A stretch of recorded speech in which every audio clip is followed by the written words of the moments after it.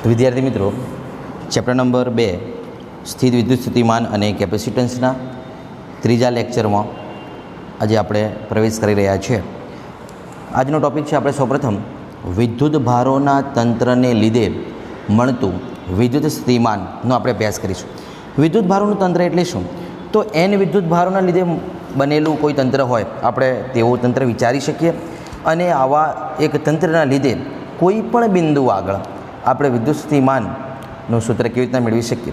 તો તે માટે આપણે એક એવો તંત્ર ધારીશું વિદ્યુત ભારોથી બનેલો. માની લઈએ કોઈ બિંદુ જે છે P છે, અહીંયા હું કોઈ બિંદુ વિચાર કરું છું P, અને આ P બિંદુ પાસે મારે બાકીના જેટલા પણ વિદ્યુત ભારો હું અહીંયા વિચારીશ એ દરેક વિદ્યુત ભારો, કેમ કે વિદ્યુત ભારોથી બનેલો તંત્ર વિચારવું પડશે અને એ તંત્રના લીધે આપણે કોઈ બિંદુ પાસે વિદ્યુત સ્થિતિમાન શોધવું છે. તો આ કોઈ બિંદુ પસંદ કરી લીધું છે. હવે કેટલાક વિદ્યુત ભારો n પણ હોય છે, ઘણા બધા જેટલા તમારે લેવા હોય એટલા વિદ્યુત ભારો હોઈ શકે. એ બધા જ વિદ્યુત ભારોથી આ બિંદુ પાસે કેટલું સ્થિતિમાન મળશે કુલ આપણે શોધવાનું છે. તો માની લઈએ આ બિંદુ પાસે ધારો કે આપણે પહેલો વિદ્યુત ભાર છે Q1 અહીંયા વિચારીએ, તે જ પ્રમાણે Q2 વિચારી શકાય, તે જ પ્રમાણે Q3 વિચારી શકાય. જેટલા પણ તમારે વિદ્યુત ભારો વિચારવા હોય વિચારી શકાય. તે જ પ્રમાણે તમે n વિદ્યુત ભારો પણ વિચારી શકો. માની લઈએ કે આ nમો વિદ્યુત ભાર છે. તો આવી રીતના ઘણા બધા વિદ્યુત ભારોથી બનેલું આ એક તંત્ર થઈ ગયું અને આ વિદ્યુત ભારોથી બનેલા તંત્રના લીધે આપણે મળતું વિદ્યુત સ્થિતિમાન શોધવું છે અને એ વિદ્યુત સ્થિતિમાન આ P બિંદુએ મારે મેળવવું છે. તો હું વિદ્યુત સ્થિતિમાનનું સૂત્ર જાણું છું. શું છે બોલો? તો કે ભાઈ V = KQ/R. આ સૂત્ર છે ને, એનો મતલબ તમને અંતર R પણ ખબર હોવી જોઈએ. વિદ્યુત ભાર તો ખબર છે પણ અંતર કેટલું? તો P બિંદુથી જે બિંદુ વિદ્યુત સ્થિતિમાન શોધવું છે તે બિંદુથી અંતર ખબર હોવી જોઈએ. તો આપણે દરેકના અંતરોને નામ આપી જઈએ કે પહેલા વિદ્યુત ભારથી P બિંદુનું અંતર શું છે, બીજાથી શું છે, ત્રીજાથી શું છે. તો આપણે એમને નામ આપીએ તો કે ભાઈ પહેલા વિદ્યુત ભારનું P બિંદુથી અંતર છે R1P, એટલે કે પહેલાંનું Pથી અંતર. તેને સ્થાન સદિશ સ્વરૂપે લખવું હોય તો સ્થાન સદિશ સ્વરૂપે પણ લખાય, તેનું મૂલ્ય અંતર કહેવાય. તે જ પ્રમાણે બીજા માટે લખી શકાય R2P સદિશ, તે જ પ્રમાણે ત્રીજા માટે R3P સદિશ. આ સ્થાન સદિશ સ્વરૂપે આપણે લખી શકીએ. તે જ પ્રમાણે R4P સદિશ અને અહીંયા લખી શકાય RNP સદિશ. તો આ દરેક વિદ્યુત ભારોને આપણે જે બિંદુ પાસે કુલ સ્થિતિમાન શોધવું છે તે બિંદુના સ્થાન સદિશ સ્વરૂપે તેમના અંતરો પણ આપણે ચર્ચા કરી લીધી છે. તો અહીં જેટલા પણ વિદ્યુત ભારો છે એ દરેક વિદ્યુત ભારોના P બિંદુથી અંતર આપણે દર્શાવી દીધા છે. હવે આપણે આ P બિંદુ આગળ દરેક વિદ્યુત ભારના લીધે મળતું સ્થિતિમાન કેવી રીતના શોધી શકીએ? તો સૌ પ્રથમ વાત કરીએ Q1. તો પહેલાં લખીએ Q1ના કારણે મળતું સ્થિતિમાન. તો Q1 વિદ્યુત ભારના લીધે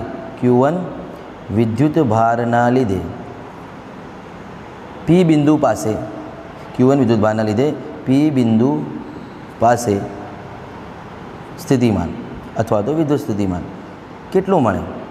તો વિદ્યુત સ્થિતિમાનનું આ જે સૂત્ર છે જે તમે જાણો છો એ સૂત્રનો ઉપયોગ કરો. તો પહેલો વિદ્યુત ભાર છે એટલે આપણે એને કહીશું V1 = KQ1 તે વચ્ચેનું અંતર કેટલું છે? R1P. વિદ્યુત સ્થિતિમાન અદિશ રાશિ છે, આપણે મૂલ્યની ચર્ચા કરવાની છે. તો આ થઈ ગયું Q1 વિદ્યુત ભારના લીધે P બિંદુ પાસે મળતું સ્થિતિમાન. તે જ પ્રમાણે મિત્રો તમે Q2 વિદ્યુત ભાર માટે પણ લખી શકો. તે જ પ્રમાણે Q2 વિદ્યુત ભાર માટે લખીએ તો Q2 વિદ્યુત ભારના લીધે P બિંદુ પાસે ફરીથી શું લખી શકીએ વિદ્યુત સ્થિતિમાન? તો એને લખી શકીએ V2 = KQ2/R2P લખી શકીએ. તે જ પ્રમાણે આગળ વધતા જઈએ મિત્રો, તે જ પ્રમાણે આપણે આગળ વધતા જઈએ તો દરેક જેટલા પણ વિદ્યુત ભારો છે કયા બાકી વધ્યા? તો Q2, Q3, Q4, Q5. આ દરેક વિદ્યુત ભારના લીધે આપણે આવી રીતના વિદ્યુત સ્થિતિમાનો લખતા જઈ શકીએ અને આપણે તે જ પ્રમાણે nમાં વિદ્યુત ભાર માટે લખીએ. તે જ પ્રમાણે nમાં વિદ્યુત ભાર માટે આપણે અંતિમ લખી લઈએ. તો એને આપણે કેવી રીતના લખી શકીએ? તો જેમ અહીંયા V2 લખ્યું હતું તેમ હવે ડાયરેક્ટ nમાં વિદ્યુત ભાર માટે લખવું હોય તો આપણે લખી શકીએ VN = KQN તેનું અંતર RNP. તો આવી રીતના આપણે દરેક વિદ્યુત ભારના માટે શું લખી શકીએ? વિદ્યુત સ્થિતિમાનના સૂત્રો. પરંતુ આપણે આ દરેકને જુદા જુદા મેળવ્યા બાદ કુલ ટોટલ P બિંદુ પાસે આ દરેકના લીધે મળતું પરિણામી વિદ્યુત સ્થિતિમાન શોધવું છે. તો આપણે જાણીએ છીએ કે વિદ્યુત સ્થિતિમાન જે છે અદિશ રાશિ છે, એટલે આપણે દરેકનો શું કરી નાખીશું? સરવાળો. તો સરવાળો કરીશું સંપાતપણાના સિદ્ધાંત મુજબ.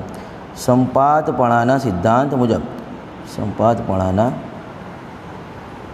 સિદ્ધાંત મુજબ શું કરીશું? દરેકનો સરવાળો. કુલ સ્થિતિમાન કેવી રીતના મળે? તો કુલ સ્થિતિમાન આપણે લખી શકીએ V = V1 + V2 + dash dash dash, જેટલા પણ હોય n હોય તો nનો સરવાળો. એ દરેક આપણે આવી રીતના અલગ અલગ મેળવી શકીએ. બધાનો સરવાળો કરીએ તો આપણને મળી જાય. માટે કુલ V બરાબર V1 માટે શું લખી શકીએ? KQ1/R1P પ્લસ V2 માટે KQ2/R2P પ્લસ તે જ પ્રમાણે આગળને આગળ Q3 Q4 માટે લખીએ અને છેલ્લે આપણે n માટે KQN/RNP લખી શકીએ. બહુ સિમ્પલ છે. ફક્ત આપણે દરેકની કિંમતોનો સરવાળો જ કરવાનો છે, દરેક સૂત્રોનો સરવાળો જ કરવાનો છે. હવે આ જે છે એને ગાણિતિક સ્વરૂપે આપણે સરવાળાને દર્શાવવું હોય તો સિગ્મા સ્વરૂપે દર્શાવીએ છીએ. આપણે જાણીએ છીએ તો આપણે લખી શકીએ V બરાબર સિગ્મા. સિગ્મા એટલે શું? સરવાળો. કોનો સરવાળો? તો આવા દરેક વિદ્યુત સ્થિતિમાનનો સરવાળો. એમાં કઈ રાશિઓ બદલાય છે? તો વિદ્યુત ભારો બદલાય છે અને તેમના અંતરો. તો આપણે એને નામ આપી શકીએ I = 1 થી n. ક્યાં સુધી બદલાય છે? તો 1 થી લઈને n સુધી. 1 થી લઈને n સુધી. તો I = 1 થી n જે બદલાય છે ત્યાં KQI/RIP બરાબર. તો આ કુલ વિદ્યુત સ્થિતિમાનને આપણે ગાણિતિક સ્વરૂપે લખ્યું કહેવાય, જેને શું કહી શકાય? કુલ સ્થિતિમાનનો સૂત્ર. તો મિત્રો અહીંયા જે તમને આ મળી ગયું છે એ કુલ વિદ્યુત સ્થિતિમાનનો સૂત્ર છે, જ્યાં તમે લખી શકો કે I જે છે I છે એ 1 થી લઈને n સુધીની કિંમતો છે. 1 2 થી n છે. તો આ થયું મિત્રો વિદ્યુત ભારોના તંત્રને લીધે મળતું વિદ્યુત સ્થિતિમાન. કશું જ કરવાનું નથી. જે તે બિંદુ પાસે કુલ વિદ્યુત સ્થિતિમાન શોધવું છે, તે બિંદુ પાસે દરેક વિદ્યુત ભારોના લીધે મળતા વિદ્યુત સ્થિતિમાનો અલગ અલગ રીતે આપણે શોધવા પડે અને સંપાતપણાના સિદ્ધાંત મુજબ શું કરવું પડે? સરવાળો. બરાબર. સરવાળો કરતાં તમે એને સિગ્મા સ્વરૂપે લખો તો કુલ સ્થિતિમાન મળી જાય. તો આવી રીતના આપણે વિદ્યુત ભારોના તંત્રને લીધે મળતું વિદ્યુત સ્થિતિમાન મેળવી શકીએ. તો વિદ્યાર્થી મિત્રો, નેક્સ્ટ ક્વેશ્ચન છે આપણો. નિયમિત વિદ્યુત ભાર વિતરણ ધરાવતા પાતળા ગોળીય કવચને કારણે કવચની બહાર, સપાટી પર અને અંદરના બિંદુએ વિદ્યુત સ્થિતિમાનના સૂત્રો મેળવવાના છે. અને સાથે સાથે વિદ્યુત સ્થિતિમાનનો અંતર સાથેનો આલેખ પણ આપણે સમજાવવાનો છે. તો આ જે ગોળીય કવચની થિયરી આપણે પ્રકરણ નંબર 1ના અંદર વ્યવસ્થિત રીતે છેલ્લી થિયરીને સમજ્યું છે. હવે અહીંયા આપણે તે થિયરીની ચર્ચા થોડી ઘણી કર્યા પછી વિદ્યુત સ્થિતિમાનનું સૂત્ર મેળવવાનું છે, કેમ કે તે થિયરીમાં આપણે વિદ્યુત ક્ષેત્ર મેળવી ચૂક્યા છે. અહીંયા આપણે વિદ્યુત સ્થિતિમાન મેળવવાનું છે. એટલે સૌપ્રથમ આપણે એક ગોળીય કવચ વિચારીશું કે જે વિદ્યુત ભારિત હશે અને પછી તેની અંદર, બહાર અને સપાટી પરના બિંદુ માટે વિદ્યુત સ્થિતિમાનનું સૂત્ર પણ મેળવીશું. તો પહેલાં વિચારી લઈએ ગોળીય કવચ. તો મિત્રો, ગોળીય કવચ કોને કહેવાય? તો તમે જાણો છો કે આવી રીતના માની લો કે કોઈ ગોળીય કવચ તમને આપેલી છે. આ છે કોઈ ગોળીય કવચ, બરાબર. અને આ ગોળીય કવચ પાછી કેવી છે? વિદ્યુત ભારિત. વિદ્યુત ભારિત છે એટલે આપણે તેના ઉપર વિદ્યુત ભાર સતત રીતે પથરાયેલું છે એવું દર્શાવવું પડશે. તો આ વિદ્યુત ભારિત ગોળીય કવચ છે અને આ ગોળીય કવચ હોવાના લીધે તેની કંઈક ત્રિજ્યા પણ હશે. તો માની લઈએ કે તેની ત્રિજ્યા છે કેપિટલ R.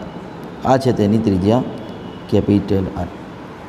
તો કેપિટલ R ત્રિજ્યા ધરાવતી અને કેટલાક વિદ્યુત ભારો તેના ઉપર વિતરિત થયેલા છે, એટલે કે તેના પાસે વિદ્યુત ભારની પૃષ્ઠ ઘનતા પણ હશે ચેપ્ટર નંબર 1 પ્રમાણે. પણ અત્યારે આપણે જે વાત કરવાની છે તે છે કે આ વિદ્યુત ભારિત ગોળીય કવચ કે જેના ઉપર વિદ્યુત ભાર વિતરિત થયેલું છે, એનો મતલબ કે તેના પાસે કંઈક Q જેટલો વિદ્યુત ભાર છે એવું આપણે ધારી લઈએ. બરાબર. આ Q જેટલો વિદ્યુત ભાર સ્ત્રોત વિદ્યુત ભાર બનશે અને તેની આસપાસના કેટલાક વિસ્તારમાં તેની અસર પ્રવર્તમાન હશે. આમ વિદ્યુત ક્ષેત્ર રેખાઓ હોય ને, એટલે કે વિદ્યુત ક્ષેત્ર હશે એની આસપાસના કેટલાક વિસ્તારમાં, અને તે વિદ્યુત ક્ષેત્ર હોવાના લીધે તેના પાસે વિદ્યુત સ્થિતિમાન પણ હશે. અને એ વિદ્યુત સ્થિતિમાન આપણે સૂત્ર સ્વરૂપે અહીંયા બહારના બિંદુએ, અંદરના બિંદુએ અને સપાટી પરના બિંદુએ મેળવવાનું છે. એટલે સૌપ્રથમ આપણે વાત કરીએ બહારના બિંદુએ શું હોય વિદ્યુત સ્થિતિમાન, પછી સપાટી પર શું હોય અને પછી અંદરના બિંદુએ વિદ્યુત સ્થિતિમાનની ચર્ચા કરીશું. એટલે સૌપ્રથમ તમને એ ખ્યાલ હોવો જોઈએ કે વિદ્યુત સ્થિતિમાન વિશે તમે શું ભણ્યા છો? તો આપણે ભણ્યા છે V = KQ/R. અને આ સૂત્ર આપણે મેળવ્યું હતું અને તેની વ્યાખ્યા કઈ હતી કે વિદ્યુત સ્થિતિમાન એટલે અનંત અંતરેથી કોઈ એક વિદ્યુત ભાર છે, એકમ વિદ્યુત ભાર ને વિદ્યુત ક્ષેત્રમાંના કોઈ બિંદુ આગળ વિદ્યુત ક્ષેત્રની વિરુદ્ધ લાવવા માટે કરવું પડતું કાર્ય. એટલે આ સૂત્ર ત્યારે આપણને મળ્યું હતું જ્યારે આપણે શરૂઆતમાં આ સૂત્ર પણ લખ્યું હતું V બરાબર W/Q. એટલે વિદ્યુત સ્થિતિમાનની માહિતી તમારા પાસે છે, એકમ વિદ્યુત ભાર દીઠ કરવું પડતું કાર્ય, અને આપણે તેને અનંત અંતરથી લાવતા હતા અને જે વિદ્યુત સ્થિતિમાનનું સૂત્ર તમને મળ્યું હતું એ છે V બરાબર KQ/R. એક આ વસ્તુ ખ્યાલ હોવી જોઈએ. સાથે સાથે વિદ્યુત ક્ષેત્રનું સૂત્ર પણ તમને ખ્યાલ હોવું જોઈએ, E બરાબર KQ/R². ઓકે, હવે આપણે આ ગોળીય કવચના લીધે ઉત્પન્ન થતો વિદ્યુત ક્ષેત્ર તેની આસપાસના કેટલાક વિસ્તારમાં હશે અને તે વિસ્તારમાં આપણે વિદ્યુત સ્થિતિમાન પણ શોધવાનું છે. પહેલાં વાત કરવાની છે કવચની બહાર. કવચની બહાર એટલે કે અહીંયા ગમે ત્યાં હોઈ શકે, ગમે તે અંતરે ગમે તે બિંદુ આપણે દર્શાવી શકીએ. તો માની લઈએ કે આ જે ગોળીય કવચ R ત્રિજ્યાનું છે તેના બહાર કોઈ બિંદુ આપણે પસંદ કરી લઈએ. અહીંયા માની લો કે આ કોઈ બિંદુ છે કવચની બહાર કે જે કેટલા અંતરે છે, સ્મોલ r જેટલા અંતરે છે એવું માની લઈએ. કવચના કેન્દ્રથી સ્મોલ r જેટલા અંતરે રહેલો કોઈ બિંદુ છે આ P, અને આ કોઈ બિંદુ P પાસે આપણે વિદ્યુત સ્થિતિમાન શોધવું છે. તો વિદ્યુત સ્થિતિમાનનું સૂત્ર V બરાબર KQ/R થાય, KQ/R થાય. તો બહારના બિંદુએ શું થાય વિદ્યુત સ્થિતિમાનનું સૂત્ર? તો V બરાબર KQ/R. શરત શું છે કે જે અંતર છે અહીંયા ત્રિજ્યા કરતાં મોટું છે, એટલે આપણે શરત લખી શકીએ R > R માટે કયું સૂત્ર મળે? V બરાબર KQ/R. અને જો આ બિંદુએ તમારે વિદ્યુત ક્ષેત્ર સાબિત કરવું હોય તો શું કહી શકો? E બરાબર KQ/R². કેમ કે તમે જાણો છો કે વિદ્યુત ક્ષેત્ર વિશે આપણે શું કહેતા હતા કે જે તે બિંદુએ વિદ્યુત ક્ષેત્ર મેળવવું હોય ત્યાં પરીક્ષણ વિદ્યુતભાર વિચારવું પડે. તો આ પરીક્ષણ વિદ્યુતભાર પર આ સ્ત્રોત વિદ્યુતભારના લીધે લાગતું બળ કઈ દિશામાં હશે? બંને ધન હોય, એટલે કે આમ બહારની દિશામાં જાય. એટલે કે અહીંયા પણ આપણે વિદ્યુત ક્ષેત્ર વિચારી શકીએ. તો વિદ્યુત ક્ષેત્રનું સૂત્ર જાણકારી માટે લખવું હોય તો E બરાબર KQ/R² તમે લખી શકો છો. કેમ કે અહીંયા જે અંતર છે એ સ્મોલ r જેટલું છે. તો આ બહારના બિંદુની વાત થઈ. તે જ પ્રમાણે આપણે વાત કરવી હોય સપાટી પરના બિંદુ. તો સપાટી પરનો એટલે કે આ કવચની સપાટી થઈ, આ સપાટી પર કોઈ બિંદુ પસંદ કરી લો. તો માની લઈએ કે અહીંયા કોઈ બિંદુ સપાટી પર છે Q. તો આ Q બિંદુએ શું થાય? તો સપાટી પરના Q બિંદુ પાસે સપાટી પરના બિંદુ Q માટે વિદ્યુત સ્થિતિમાન કેવી રીતના લખી શકો તમે? તો ફરીથી વિદ્યુત સ્થિતિમાનનું સૂત્ર V બરાબર KQ/R. એમાં હવે R શું છે? તો કે ભાઈ ત્રિજ્યા જેટલું અંતર થાય ને સપાટી માટે, તો એટલે આપણે લખી શકીએ V બરાબર KQ/R. કેમ કે અહીંયા શરત શું છે? કારણ છે R બરાબર અહીંયા છે R. આ શરત છે. અને સપાટી પરના બિંદુએ વિદ્યુત ક્ષેત્ર પણ આપણે જો દર્શાવવું હોય તો E બરાબર KQ/R². વિદ્યુત ક્ષેત્રનું સૂત્ર માહિતી માટે આપણે અહીંયા લખી શકીએ. બરાબર? કેમ કે સપાટી પરના બિંદુનું આ ગોળીય કવચના કેન્દ્રથી અંતર ત્રિજ્યા જેટલું થાય. ઓકે, તો આ સપાટી પરના બિંદુ માટે વાત થઈ ગઈ. મેન જે વાત કરવાની છે આપણે એ અંદરના બિંદુ. તો અંદરનું બિંદુ ધારો કે આ કેન્દ્ર છે અને એ કેન્દ્ર પરનો કોઈ બિંદુ છે, માની લો કે O. બરાબર? હવે ગોળીય કવચની અંદરના બિંદુએ વિદ્યુત સ્થિતિમાન શું હશે? અંદરના બિંદુએ, આ તમારે ખાસ સમજવાનું છે, અંદરના બિંદુએ વિદ્યુત સ્થિતિમાન કેટલું હોય અને કેમ હોય. તો આપણે ચેપ્ટર નંબર 1માં ભણ્યા છીએ કે ગોળીય કવચની અંદરના કોઈ પણ બિંદુએ વિદ્યુત ક્ષેત્ર શૂન્ય હોય છે. આ આપણે ભણ્યા છે. E બરાબર 0 હોય છે. કેમ કે આપણે અંદર ગાઉસિયન પૃષ્ઠ વિચારતા હતા, એના વડે કોઈ વિદ્યુત ભાર જ ઘેરાતો નહોતો, એટલે કે વિદ્યુત ભાર શૂન્ય છે એનો મતલબ કે ફ્લક્સ શૂન્ય છે, એનો મતલબ કે વિદ્યુત ક્ષેત્ર શૂન્ય છે. એટલે કે ગોળીય કવચની ઉપર વિદ્યુત ભાર વિતરિત થયેલું હોય ત્યારે અંદર કોઈ પણ જાતનો વિદ્યુત ક્ષેત્ર હોતો નથી. તો અહીંયા વિદ્યુત ક્ષેત્ર છે નહીં. તો હવે અહીંયા કોઈ પણ બિંદુ પાસે વિદ્યુત સ્થિતિમાન કેટલું હોય તો તમે શું કહી શકો? તો ગોળીય કવચની સપાટી પરથી ગોળીય કવચની અંદરના કોઈ પણ બિંદુ, કેન્દ્ર લો તો કેન્દ્ર સુધીના ગમે તે અંતર માટે વિદ્યુત સ્થિતિમાન મિત્રો અચળ રહેશે. કેમ અચળ રહેશે આપણે સમજીએ છીએ. અચળ પણ કેટલું અચળ? તો જેટલું આ સપાટી પરના Q બિંદુએ હતું એટલું અચળ રહેશે. અચળ પણ કેટલું અચળ? તો કે ભાઈ KQ/R જેટલું અચળ રહેશે. કેમ આવું રહેશે સાહેબ? આ પ્રશ્ન તમારા મનમાં થાય તો વિચારો ને. વિદ્યુત સ્થિતિમાનની આ વ્યાખ્યા શું આપી હતી? તો અનંત અંતરેથી, તો માની લઈએ અહીંયા અનંત અંતર છે, કંઈક અનંત અંતર છે આ કોઈ, તો અનંત અંતરેથી કોઈ એકમ વિદ્યુત ભાર Q0 ને આપણે વિદ્યુત ક્ષેત્રમાંના કોઈ બિંદુ એ અહીંયા હોય કે અહીંયા હોય. બરાબર? તો વિદ્યુત ક્ષેત્રમાંના કોઈ બિંદુ આગળ શું કરીએ છીએ? લાવવા માટે વિદ્યુત ક્ષેત્રની વિરુદ્ધ કાર્ય કરીએ છીએ અને એ એ કાર્યને જ આપણે વિદ્યુત સ્થિતિમાન કહેતા હતા અને આપણે આ સૂત્ર મળ્યું હતું, બરાબર. તો આપણે અહીંયાથી અનંત અંતરથી એકમ વિદ્યુત ભારને વિદ્યુત ક્ષેત્રની વિરુદ્ધ લાવી રહ્યા છે. ક્યાં સુધી વિદ્યુત ક્ષેત્રની વિરુદ્ધ આવશે? તો આ બિંદુથી લઈને અહીંયા કોઈ બિંદુ હોય તે પણ વિદ્યુત ક્ષેત્રમાં, અહીંયા વિદ્યુત ક્ષેત્ર દરેક બાજુ વિદ્યુત ક્ષેત્રમાંનું કોઈ બિંદુ થાય. પરંતુ હવે અહીંથી અંદર જઈશું તો વિદ્યુત ક્ષેત્ર તો છે નહીં. મતલબ કે વિદ્યુત ક્ષેત્રની વિરુદ્ધ કાર્ય ક્યાં સુધી કરવું પડશે? ક્યુ બિંદુ સુધી જ કરવું પડશે. ક્યુ બિંદુ પછીના દરેક બિંદુઓ જે ત્રિજ્યા પરના બિંદુ થાય તે દરેક બિંદુ માટે વિદ્યુત ક્ષેત્ર 0 છે. એનો મતલબ કે વિદ્યુત ક્ષેત્રની વિરુદ્ધ કોઈ કાર્ય કરવું પડતું નથી. એનો મતલબ વિદ્યુત સ્થિતિમાન હવે જે સપાટી પર હતો એટલો ને એટલો અચળ જળવાઈ રહેશે. એટલે આ ખાસ યાદ રાખવાનું છે કે સપાટી પર જેટલો વિદ્યુત સ્થિતિમાન મળશે એ અંદરના બિંદુએ ગોળીય કવચની મળશે અને અચળ રહેશે. તો V બરાબર અચળ રહેવાનું કારણ જે KQ/R જેટલો છે એનું કારણ એ છે કે સપાટી પરના બિંદુથી લઈને અંદરના કોઈપણ બિંદુ માટે આપણે વિદ્યુત ક્ષેત્રની વિરુદ્ધ કાર્ય કરવું પડતું નથી, કેમ કે ત્યાં વિદ્યુત ક્ષેત્ર છે જ નહીં. એટલા માટે આપણે કહી શકીએ કે V શું રહેશે? અચળ રહે છે. કારણ શું? ફક્ત સપાટી પરના બિંદુ સુધી જ વિદ્યુત ક્ષેત્રની વિરુદ્ધ કાર્ય કરવું પડે. અંદરના વિસ્તારમાં વિદ્યુત ક્ષેત્ર કેવું હોય છે? E બરાબર 0 હોય છે. માટે આપણે કાર્ય કરવું પડતું નથી. એટલે સપાટી પર જે વિદ્યુત સ્થિતિમાન મળી ગયો તે અંદર સુધી કેવો રહે છે? અચળ. એટલે કે KQ/R જેટલો અચળ રહે છે. એટલે આમ આપણે કહી શકીએ કે નિયમિત વિદ્યુતભાર વિતરણ ધરાવતો આ પાતળો ગોળીય કવચ છે અને તેના કારણે કવચની બહારનો બિંદુ એટલે કે આ કહેવાય, આ બહારનો બિંદુ છે. સપાટી પરનો બિંદુ આ કહેવાય, આ સપાટી પરનો બિંદુ છે અને અંદરનો બિંદુ એટલે કે આ કહેવાય, બરાબર. એ ત્રણેય બિંદુઓ માટે વિદ્યુત સ્થિતિમાનના સૂત્રો મળી ગયા. અને અંદરના બિંદુ વિદ્યુત સ્થિતિમાન કેવો રહે છે? તો સપાટી પરના વિદ્યુત સ્થિતિમાન જેટલો અને અચળ. એનું કારણ વિદ્યુત સ્થિતિમાનની વ્યાખ્યા પરથી આપણે કહી શકીએ કે અનંત અંતરથી એકમ ધન વિદ્યુત ભારને આપણે ક્ષેત્રની વિરુદ્ધ લાવી રહ્યા છીએ. અને આ ક્ષેત્રની વિરુદ્ધ લાવવા માટે કરવું પડતું કાર્ય જ શું હતું? વિદ્યુત સ્થિતિમાન. પણ એ ક્ષેત્ર તો ક્યાં સુધી હોય? સપાટી સુધી, કેમ કે વિદ્યુત ભાર સપાટી પર છે. અંદર વિદ્યુત ક્ષેત્ર શૂન્ય હોય છે એટલે કોઈ કાર્ય કરવું પડતું નથી, કારણ કે અંદર વિદ્યુત ક્ષેત્ર શૂન્ય હોય છે. એટલે જેટલું સપાટી પર સ્થિતિમાન હોય એટલું જ અંદરના બિંદુએ કેવું રહે? અચળ રહેતો હોય છે, બરાબર. હવે તમને સાથે સાથે એમ પણ પૂછે છે કે V વિરુદ્ધ Rનો આલેખ દોરો. તો V વિરુદ્ધ Rનો આલેખ કેવી રીતના દોરવો? તો એ આલેખ આપણે સમજીએ છે જ. તો અહીંયા જોજો, V વિરુદ્ધ Rનો આલેખ આપણે અહીંયા સમજી લઈએ. V વિરુદ્ધ અંતર, આ R જે છે ત્રિજ્યા નથી ધરાવતું, અંતર દર્શાવે છે. એટલે તમે અથવા કરીને સ્મોલ r પણ લઈ શકો છો, જે અહીંયા હું દર્શાવ્યું છે, બરાબર.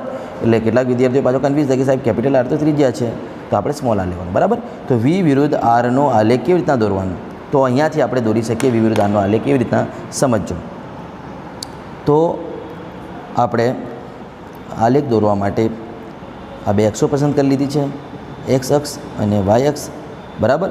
V વિરુદ્ધ Rનો આલેખ છે એટલે કે y અક્ષ પર આવશે V અને x અક્ષ પર આવશે R, બરાબર.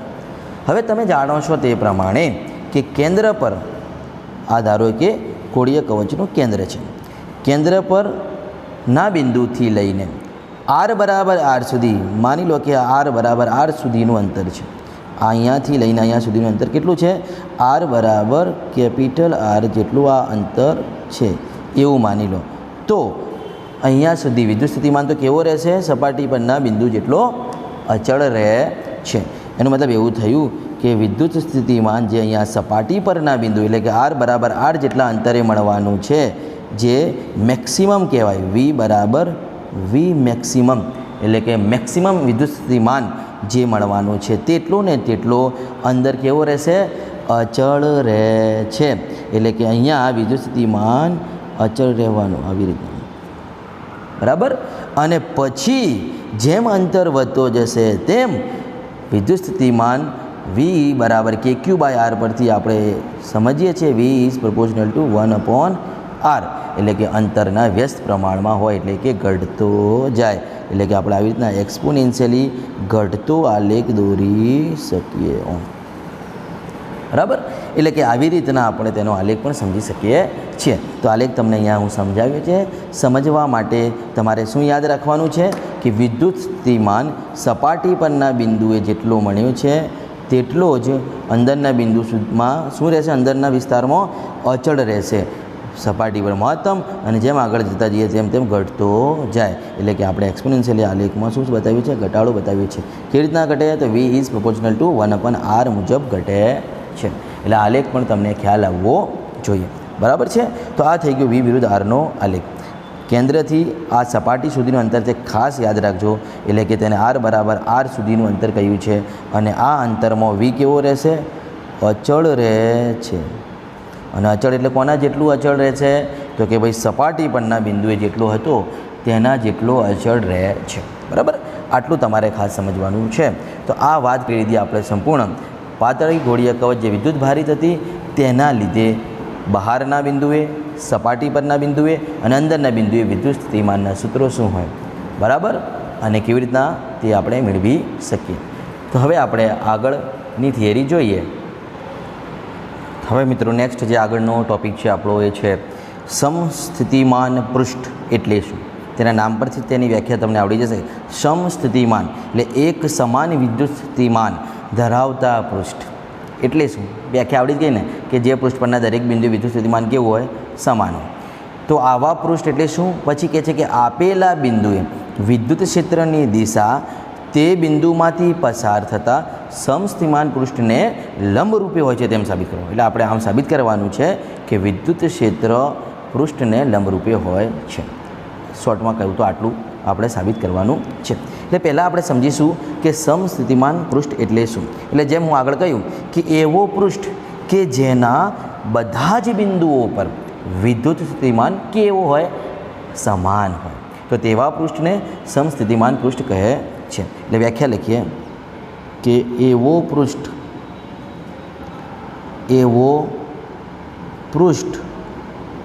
કે જેના દરેક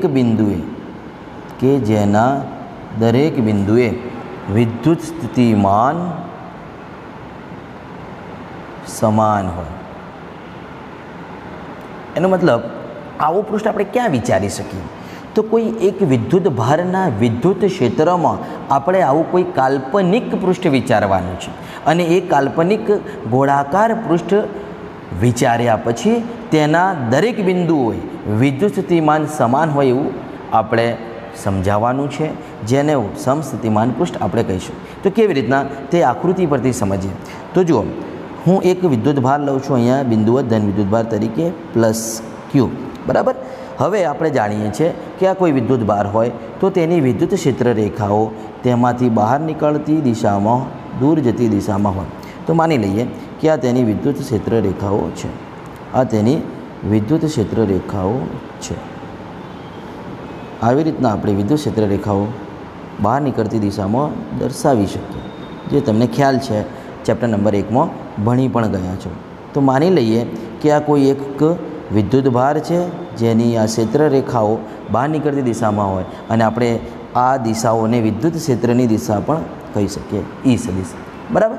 હવે આ વિદ્યુત ભારને કેન્દ્ર તરીકે લઈ જે તે બિંદુ, ધારો કે આ વિદ્યુત ભાર ક્યુ હોય તો આ ક્યુથી સરખા અંતરે, માનો કે અહીંયા કોઈ બિંદુ છે, સરખું અંતર એટલે જો સમજો કે વિદ્યુત ભાર ક્યુથી આર અંતર પસંદ કરી લો. એ આર અંતરે જ રહેલા દરેક બિંદુ અહીંયા આ દરેક બિંદુ આર અંતરે છે એવું માની લઈએ તો આ દરેક બિંદુને જોડતો એક આપણે ગોળાકાર પૃષ્ઠ વિચારીએ તો તેને સમસ્થિતિમાન પૃષ્ઠ કહેવાય. કેમ કે આપણે જાણીએ છીએ કે વિદ્યુત ભારથી સમાન અંતરે રહેલા દરેક બિંદુએ વિદ્યુત સ્થિતિમાન કેવું હોય છે, સમાન હોય છે. એટલે અહીંયા વ્યાખ્યા આપણે સેટિસ્ફાય કરી શકીએ કે એવો કાલ્પનિક પૃષ્ઠ આપણે વિદ્યુત ક્ષેત્રમાં વિચારીશું કે જે પૃષ્ઠ પરના દરેક બિંદુએ વિદ્યુત સ્થિતિમાન સમાન રહે છે. અથવા તો એમ પણ કહી શકાય કે એક સમાન વિદ્યુત સ્થિતિમાન ધરાવતા આ દરેક બિંદુઓ છે તેમને જોડી દો અને તેમાંથી પસાર થતો કાલ્પનિક પૃષ્ઠ એટલે સમસ્થિતિમાન પૃષ્ઠ. તો આપણે આ બધા જ બિંદુઓને ધારો કે જોડીએ તો જે પૃષ્ઠ બનશે ગોળાકાર બનશે. માની લઈએ કે આ બધા જ બિંદુઓને જોડતો જે પૃષ્ઠ છે એ આવી રીતના આપણે દોરી શકીએ. બરાબર, તમે પરિકરની મદદથી સરસ મજાની આકૃતિ દોરજો. તો આ પૃષ્ઠ જે છે એ દરેક બિંદુ પાસે વિદ્યુત સ્થિતિમાન સમાન હશે, કેમ કે વિદ્યુત ભારથી દરેકના અંતરો કેવા છે? આ બધા અંતરો સમાન છે. બરાબર, એવા ઘણા બધા પૃષ્ઠો દોરી શકીએ. ફક્ત એક જ નહીં, એવા તો આપણે ઘણા બધા પૃષ્ઠો દોરી શકીએ અને તે બધા જ પૃષ્ઠોને સમસ્થિતિમાન પૃષ્ઠો કહેવાય. જેમ અહીંયા દોર્યું છે તેમ હું અહીંયા પણ એક પૃષ્ઠ દોરી શકું, ઘણા બધા અસંખ્ય પૃષ્ઠો દોરી શકું. તે જ પ્રમાણે અહીં ઉપર પર પૃષ્ઠ દોરી શકું, પરંતુ દરેક બિંદુ એક સમાન અંતરે હોવા જોઈએ.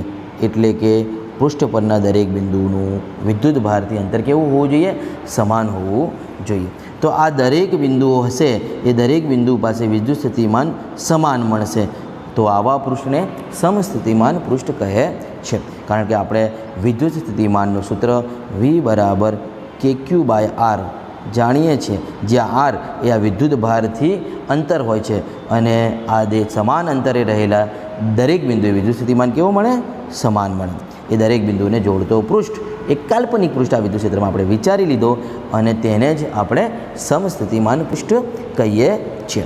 બરાબર છે. હવે મહત્ત્વની વાત એ છે કે આ એક પૃષ્ઠ પરના દરેક બિંદુએ વિદ્યુત સ્થિતિમાન સમાન હોય, પરંતુ બે જુદા જુદા પૃષ્ઠો પર જુદો જુદો હોય, કેમ કે અંતર સાથે વિદ્યુત સ્થિતિમાનમાં ફેરફાર થાય. આપણે જાણીએ છીએ ને V = 1/R.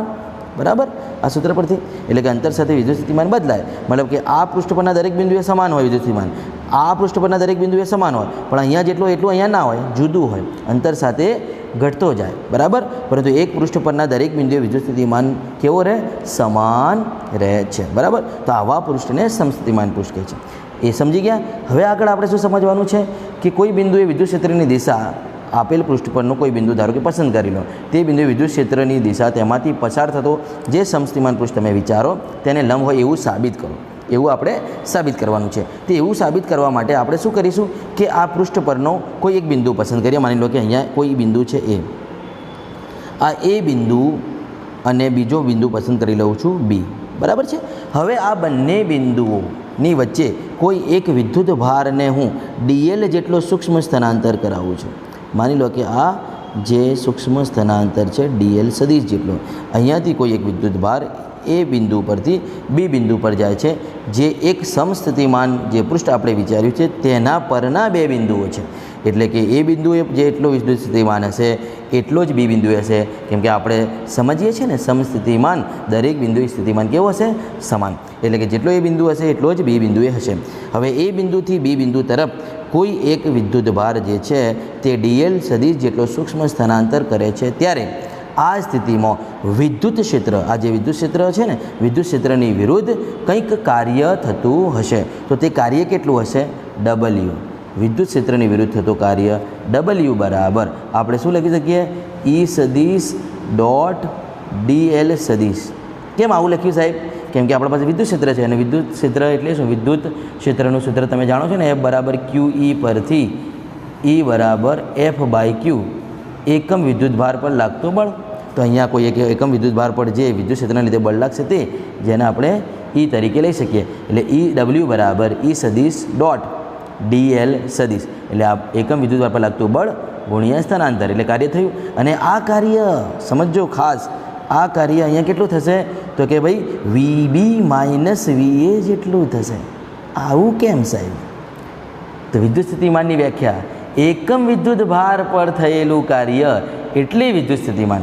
શું વ્યાખ્યા છે બીજી? V = W/Q એકમ વિદ્યુત ભાર પર થયેલું કાર્ય. તો આ કાર્ય એકમ વિદ્યુત ભાર પર થયું છે ને, આ કોઈ એકમ વિદ્યુત ભારને આપણે એ બિંદુએથી B બિંદુ પર લાવ્યા છે, એકમ વિદ્યુત ભાર પર કંઈ કાર્ય કર્યું છે અને એ કાર્ય તો વિદ્યુત સ્થિતિમાન જેટલો હોય, એટલે કે બંને વચ્ચેના વિદ્યુત સ્થિતિમાનના ફેરફાર જેટલો હોય, VB - VA.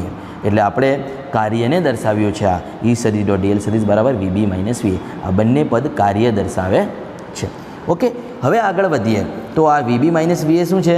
તો B બિંદુએ સ્થિતિમાન અને VA જે છે એ A બિંદુએ સ્થિતિમાન. પણ સમસ્થિતિમાન પૃષ્ઠ હોવાથી આપણે કહી શકીએ કે અહીં વીબી પર જેટલો વિદ્યુત સ્થિતિમાન હશે એટલો ને એટલો વીએ પણ હશે. એટલે કે બી બિંદુએ જેટલો વિદ્યુત સ્થિતિમાન હોય એટલો ને એટલો એ બિંદુ પર હોય. એનો મતલબ કે વીબી માઇનસ વીએ શું થાય?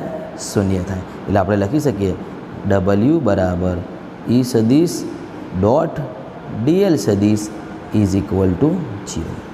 કેમ કે સમસ્થિતિમાન પૃષ્ઠ હોવાથી એ અને બી બિંદુ પાસે વિદ્યુત સ્થિતિમાન સમાન હશે. એટલે આપણે ઈ સદીશ ડોટ ડીએલ સદીશ એટલે કે બે સદીશોનો અદિશ ગુણાકાર છે. એટલે આપણે એમને ઈ into DL cos theta is equal to 0 સ્વરૂપે પણ લખી શકીએ. કેમ કે આ વસ્તુ શું દર્શાવે છે? કાર્ય દર્શાવે છે. આપણે જે સાબિત કરવાનું છે તે અહીંથી મળશે કે વિદ્યુત ક્ષેત્ર અને સમસ્થિતિમાન પૃષ્ઠ પરનો કોઈ બિંદુ એકબીજાને કેવા હોય છે? લંબ હોય છે. એટલે અહીંથી આપણે કહી શકીએ ઈ ડીએલ કોસ થીટા બરાબર 0 માટે કોસ થીટા બરાબર 0. કારણ શું છે કે ઈ અને ડીએલ જે છે એ શૂન્ય થઈ શકતા નથી. કારણ છે E is not equal to 0 અને DL is not equal to 0. તો આપેલી કન્ડિશનમાં વિદ્યુત ક્ષેત્ર 0 હોઈ શકતો નથી, સ્થળાંતર 0 હોઈ શકતો નથી. તો આનો ગુણાકાર 0 છે. એનો મતલબ કે એમાંથી કોઈ એક પદ તો 0 હોવો જ જોઈએ. મતલબ કોસ થીટા 0 છે એવું આપણે કહી શકીએ. બરાબર. એટલે કે ઈ 0 નથી, ડીએલ પણ 0 નથી. એનો મતલબ કે કોસ થીટા 0 છે. બરાબર. તો મિત્રો આપણે લખી શકીએ theta is equal two cos inverse 0. Theta is equal two cos inverse 0. એનો મતલબ કોસની કઈ ડિગ્રીની વેલ્યુ 0 આવે છે? તો theta is equal to pi by 2. Theta is equal to pi by 2. Okay. Cos inverse 0નો મતલબ શું થાય? કોસની કઈ કિંમત 0 છે? તો પાઈ બાય 2 90. એટલે theta is equal to pi by 2. એટલે અહીંથી તમે કહી શકો કે ખૂણો એ કોનો હતો? તો ઈ અને ડીએલ વચ્ચેનો. ઈ એટલે શું? તો કે વિદ્યુત ક્ષેત્ર અને ડીએલ એટલે શું? તો સમસ્થિતિમાન પૃષ્ઠનો કોઈ નાનકડો ભાગ. એટલે કે સમસ્થિતિમાન પૃષ્ઠ બંને વચ્ચેનો એંગલ શું થઈ ગયો? પાઈ બાય 2 એટલે કે 90. એટલે કે વિદ્યુત ક્ષેત્રની દિશા અને જે તે બિંદુ સ્થિતિમાન પૃષ્ઠ પરનો સમસ્થિતિમાન પૃષ્ઠ પરનો જે તે બિંદુ બંને વચ્ચે કેટલો ખૂણો બને? 90. એટલે કે લંબ રૂપે હોય છે તેમ આપણે કહી શકીએ. ઓકે. એટલે આ વાત આપણે કોની કરી કે ભાઈ સમસ્થિતિમાન પૃષ્ઠ એ હંમેશા વિદ્યુત ક્ષેત્રની દિશાને લંબ જ હોય. જે તમે અહીંયા જોઈ શકો છો, અહીંયા પણ જોઈ શકો, હંમેશા લંબ હોય. સમસ્થિતિમાન પૃષ્ઠ અને વિદ્યુત ક્ષેત્ર એકબીજાને કેવા હોય છે? વિદ્યુત ક્ષેત્રની દિશા સાથે તે 90નો એંગલ બનાવે છે. એટલે કે ખૂણો પાઈ બાય 2નો હોય છે. બંને લંબરૂપે હોય છે. તો આ વાત જે બધી આપણે કરી છે એ સમસ્થિતિમાન પૃષ્ઠને સમજ્યું છે અને સાથે સાથે સાબિત કર્યું કે સમસ્થિતિમાન પૃષ્ઠ હંમેશા કેવો હોય છે? લંબ હોય છે વિદ્યુત ક્ષેત્રની દિશા સાથે. ઓકે. તો નેક્સ્ટ મિત્રો જોવાનું છે નીચે દર્શાવેલા વિદ્યુત ક્ષેત્રો માટે સમસ્થિતિમાન પૃષ્ઠ દોરો.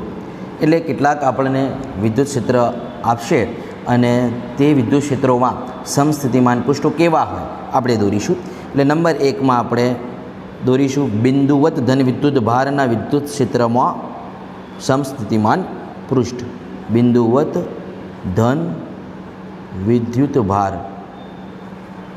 માટે. તો બિંદુવત ધન વિદ્યુત ભારના વિદ્યુત ક્ષેત્રમાં આપણે સમસ્થિતિમાન પૃષ્ઠ કેવી રીતના દોરી શકીએ? તો જેમ આગળ ચર્ચા કરી તેમ કે કોઈ બિંદુવત ધન વિદ્યુત ભાર તરીકે આપણે માની લઈએ કે અહીંયા પ્લસ ક્યુ વિદ્યુત ભાર લઈએ છીએ. તમે માઇનસ ક્યુ પણ લઈ શકો બિંદુવત ધન વિદ્યુત ભાર તરીકે. બરાબર. તો આ બિંદુવત વિદ્યુત ભારના વિદ્યુત ક્ષેત્રને લંબરૂપે સમસ્થિતિમાન પૃષ્ઠ હોય આપણે જાણીએ છીએ. એટલે કે વિદ્યુત ભારને કેન્દ્ર તરીકે લઈ જે ગોળો આપણે વિચારી શકીએ તે સમસ્થિતિમાન પૃષ્ઠ હોય. એવા જુદી જુદી ત્રિજ્યાના ઘણા બધા ગોળાઓ આપણે વિચારી શકીએ. માની લઈએ કે આ ધન વિદ્યુત ભાર છે તો તેની આસપાસના વિસ્તારમાં તેનું વિદ્યુત ક્ષેત્ર હશે તેને લંબ આ કોઈ એક સમસ્થિતિમાન પૃષ્ઠ છે. એના પરના દરેક બિંદુએ વિદ્યુત સ્થિતિમાન કેવું હશે? સમાન મૂલ્યનું હશે. તો આ કોઈ એક ત્રિજ્યા માટેની વાત કરી. ધારો કે આ આર અંતરે છે. તે જ પ્રમાણે જુદી જુદી ત્રિજ્યાના ઘણા બધા ગોળાઓ તમે દોરો. એ બધા જ ગોળાકાર પૃષ્ઠો એ સમસ્થિતિમાન પૃષ્ઠો બની જાય. આ કોઈ બીજું દોરી શકાય, તે જ પ્રમાણે કોઈ ત્રીજું દોરી શકાય, તે જ પ્રમાણે ચોથું દોરી શકાય. તો આમ જેટલા પણ પૃષ્ઠો તમે વિચાર્યા, આ ધન વિદ્યુત ભારની ઉપર જુદી જુદી ત્રિજ્યાના જેટલા પણ પૃષ્ઠો તમે વિચારી શકો એ બધા જ સમસ્થિતિમાન પૃષ્ઠો છે.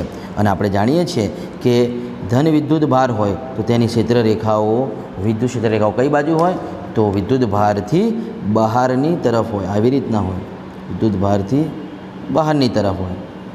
અને ઋણ વિદ્યુત ભાર હોય તો કેવું હોય, અંદરની તરફ હોય.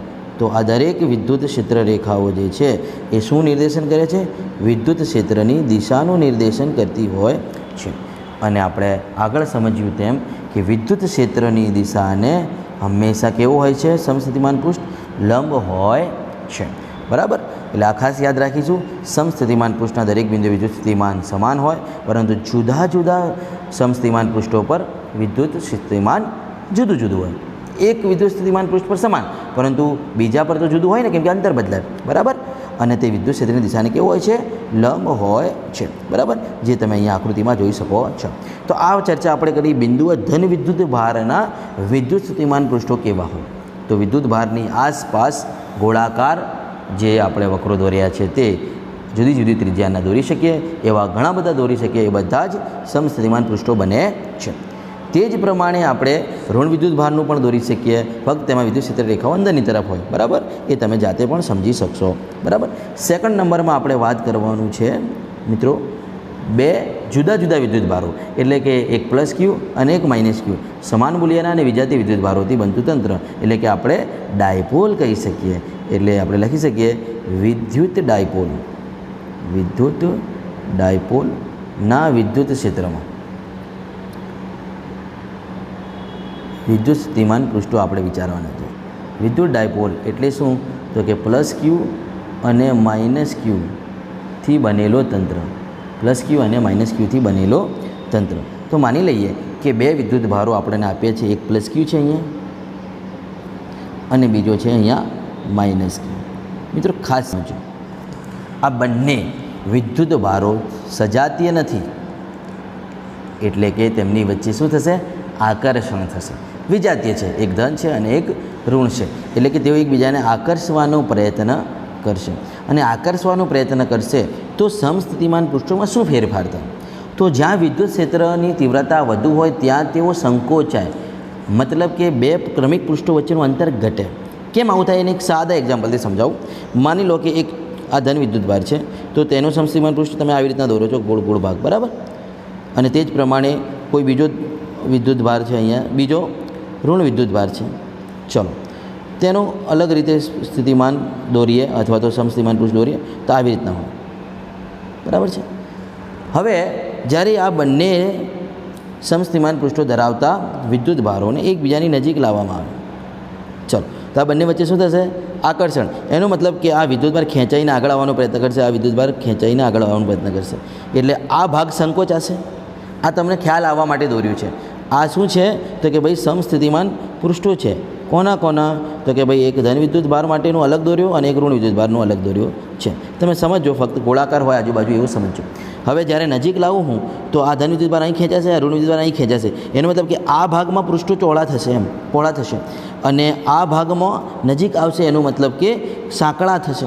એ કેવી રીતના થશે, અહીં દર્શાવું છું. તો જ્યારે ધન વિદ્યુત ભાર અને ઋણ વિદ્યુત ભારથી બનેલો તંત્ર હોય તો આ બંનેના લીધે જે સમસ્થિતિમાન પૃષ્ઠો મળશે કેવા હશે, તો આપણે અહીંયા તેને સમજવાનો પ્રયત્ન કરીશું.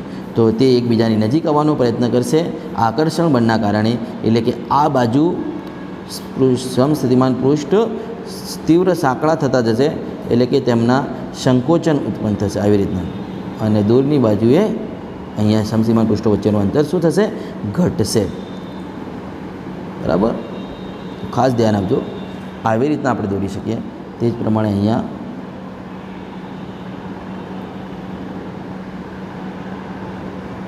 પાછળ અંતર વધતું જાય અને આગળ કેવું થાય, આવી રીતના સંકોચાતું જાય, એટલે કે અંતર ઘટતું જાય. તો આવી રીતના આપણે દોરી શકીએ છીએ. કોના, વિદ્યુત ડાયપોલના વિદ્યુત ક્ષેત્રમાં સમસ્થિતિમાન પૃષ્ઠોને આપણે આવી રીતના ન્યાય આપી શકીએ. કેમ, તમને જેમ સમજાવ્યું કે આ બંને વિદ્યુત ભાર એકબીજાની નજીક જવાનો પ્રયત્ન કરશે, એટલે સમસ્થિતિમાન પૃષ્ઠો જેમ છે તેમ રહ્યું, પરંતુ અહીંથી આ ખેંચાવાનો પ્રયત્ન કરે એટલે અહીંયા સંકોચન થાય એવું તમે સમજો તો એ ખ્યાલ આવે. અહીંયા ક્ષેત્રો શું થાય, સમસ્થિતિમાન પૃષ્ઠો એકબીજાની નજીક આવવાનો પ્રયત્ન કરે તો ક્રમિક અંતર ઘટી જાય, અને કેમ કે ત્યાં વિદ્યુત ક્ષેત્ર કેવો છે, તીવ્ર છે. તો આ જે સમસ્થિતિમાન પૃષ્ઠો છે આપણે દોર્યા છે તે કોના માટેના છે, તો વિદ્યુત ડાયપોલ માટેના. અને તમે આકૃતિ પરથી એને કહી શકો કે વિદ્યુત ડાયપોલના વિદ્યુત ક્ષેત્રમાં દોરેલા સમસ્થિતિમાન પૃષ્ઠો કેવા હોય છે, તો જ્યાં વિદ્યુત ભારો એકબીજાને આકર્ષણ અનુભવે છે તે વચ્ચેના માધ્યમમાં સમસ્થિતિમાન પૃષ્ઠોના ક્રમિક અંતરો ઘટતા જાય છે, એટલે કે સંકોચાતા જાય છે. બરાબર, કારણ કે અહીંયા શું થઈ રહ્યું છે, આકર્ષણ થઈ રહ્યું છે, આકર્ષણ થઈ રહ્યું છે.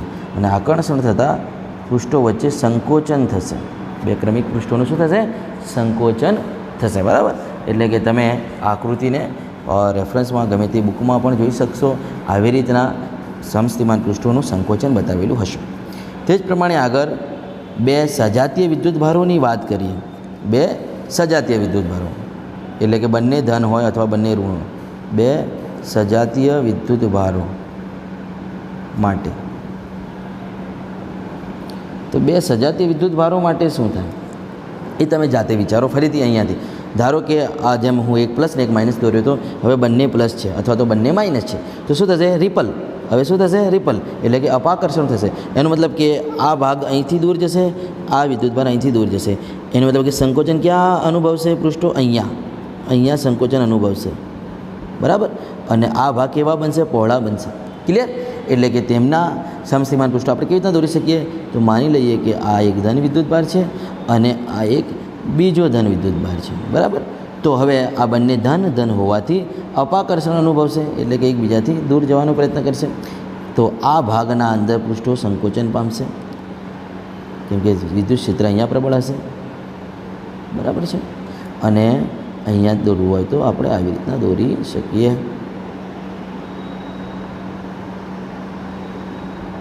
બરાબર, અને સાથે સાથે છેલ્લે આવી રીતનાનો કંઈ ભાગ તમને જોવાશે. એટલે કે જ્યારે બે સજાતીય વિદ્યુત ભારો હોય તો તેમના સમસ્થિતિમાન પૃષ્ઠો આવી રીતના તમે દોરી શકો છો. એટલે સિમ્પલ આ એક એક્ઝામ્પલ આપ્યું, તેના પર યાદ રાખજો કે બંને ધન હોય તો અપાકર્ષે, એનો મતલબ કે આ ભાગમાં આ વસ્તુ ખેંચાય, વિદ્યુતભાર ખેંચાય એટલે કે સંકોચન પામે, તે જ પ્રમાણે અહીંયા ખેંચાય એટલે સંકોચન પામે. બરાબર છે.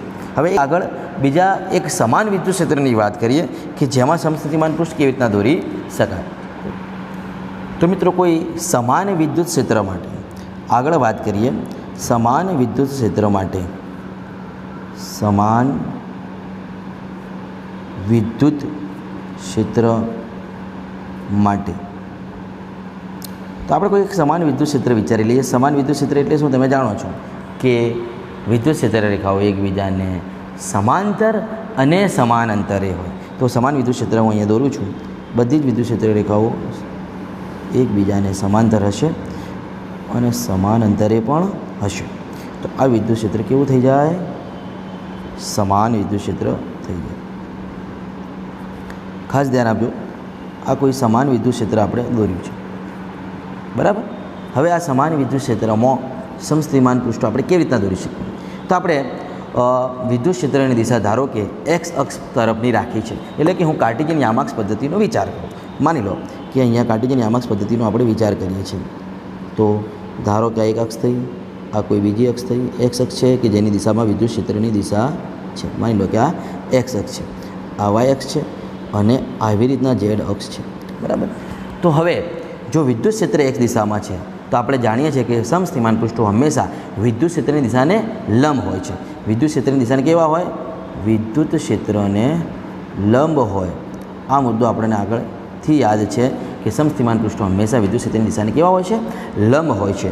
એટલે કે અહીંયા વિદ્યુત ક્ષેત્ર એક દિશામાં છે, એનો મતલબ કે સમસ્થિતિમાન પૃષ્ઠો કયા સમતલમાં હશે, વાય ઝેડ સમતલમાં હોય. કેમ કે વાય અને ઝેડ એ એક્સથી કેવી હોય, લંબ હોય, કેમ કે લંબાક્ષો છે તણું. એટલે કે વાય અને ઝેડથી બનતું આ જે સમતલ છે, અહીંયા જે આ સમતલ બની રહ્યું છે, આ જે સમતલ એવા સમસ્થિતિમાન પૃષ્ઠનું સમતલ હશે. એટલે આપણે જો એક્સ દિશામાં રહેલા વિદ્યુત ક્ષેત્રને લીધે ઉદ્ભવતા સમસ્થિતિમાન પૃષ્ઠો અહીંયા દોરવા હોય તો કેવી રીતના દોરી શકીએ, તો આવી રીતના આપણે તેમને ન્યાય આપી શકીએ. સમજો, તો આવી રીતના આપણે સમસ્થિતિમાન પૃષ્ઠો એ એક્સ દિશાને લંબ દોરી શકીએ. એવા ઘણા બધા દોરી શકીએ. જેમ આગળ ગોળાકાર ભાગો દોરતા હતા, અહીંયા આપણે આવા સમતલો દોરી શકીએ, બરાબર. એટલે આ સમતલો જોઈ શકો છો YZ સમતલને સમાંતર છે, એટલે કે X દિશાને કેવા થયા?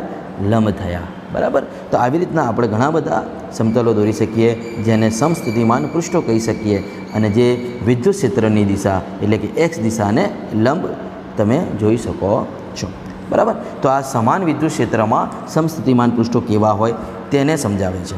આ બધા શું છે? સમસ્થિતિમાન પૃષ્ઠો છે કે જે વિદ્યુત ક્ષેત્રની દિશાને કેવા બન્યા છે? લંબ બન્યા છે. કેમ કે આપણે જાણીએ છીએ કે સમસ્થિતિમાન પૃષ્ઠોના દરેક બિંદુએ વિદ્યુત ક્ષેત્રની દિશા કેવી હોય? લંબ હોય. એટલે તમે અહીં જોઈ શકો છો સમસ્થિતિમાન પૃષ્ઠની આ દિશાઓ કેવી છે? લંબ હોય છે. આ YZ સમતલ હોય એટલે Xથી લંબ જ હોય, જે તમે કાર્ટેશિયન યામાક્ષ પદ્ધતિ પણ સમજી શકો છો. એટલે કે આવી રીતના આપણે અહીંયા જુદા જુદા વિદ્યુત ક્ષેત્રોની અંદર સમસ્થિતિમાન પૃષ્ઠો કેવી રીતના દર્શાવવા જોઈએ તેની ચર્ચા કરી છે. હવે નેક્સ્ટ આપણે કેટલીક અગત્યતાઓ જોઈશું, એટલે કે સમસ્થિતિમાન પૃષ્ઠની લાક્ષણિકતાઓ. સમસ્થિતિમાન પૃષ્ઠની કેટલીક અગત્યતાઓ અથવા તો લાક્ષણિકતાઓ પણ તેને કહી શકો, અથવા અગત્યતાઓ, ગમે તે રીતના પ્રશ્ન પૂછાઈ શકે. અગત્યતાઓ. ચાલો, તો સમસ્થિતિમાન પૃષ્ઠની લાક્ષણિકતાઓ એટલે કે તેના મહત્ત્વના મુદ્દાઓ પણ તમે કહી શકો કેટલા છે. તો નંબર 1 શું લખી શકો? નંબર 1માં કે સમસ્થિતિમાન પૃષ્ઠ પર વિદ્યુત ભારને પૃષ્ઠ પરના કોઈ એક બિંદુએથી બીજા બિંદુએ લઈ જતાં થતું કાર્ય શૂન્ય છે. જેમ આપણે આગળની થિયરીમાં જોયું કે વિદ્યુત ભારને આપણે એક બિંદુથી બીજા બિંદુએ લઈ જઈએ તો કાર્ય શૂન્ય થાય. પણ ક્યારે? કોઈ એક સમસ્થિતિમાન પૃષ્ઠની વાત છે, બરાબર. તો કોઈ એક સમસ્થિતિમાન પૃષ્ઠ પર રહેલા કોઈ વિદ્યુતભારને એક બિંદુથી બીજા બિંદુએ લઈ જઈએ તો કાર્ય કેવું થાય? શૂન્ય. જે આપણે આગળની થિયરીમાં પણ જોઈ લીધું છે, બરાબર. નેક્સ્ટ મુદ્દો, વિદ્યુત ક્ષેત્રની ક્ષેત્રરેખાઓ હંમેશા કેવી હોય છે? વિદ્યુત ક્ષેત્રની ક્ષેત્રરેખાઓ એટલે કે વિદ્યુત ક્ષેત્ર રેખાઓ હંમેશા સમસ્થિતિમાન પૃષ્ઠને લંબ હોય. સમસ્થિતિમાન પૃષ્ઠને લંબ હોય છે, બરાબર.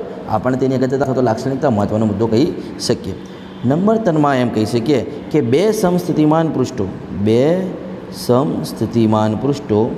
ક્યારે છેદતા નથી. સમસ્થિતિમાન પૃષ્ઠો ક્યારે એકબીજાને છેદતા નથી. કેમ ભાઈ નથી છેદતા?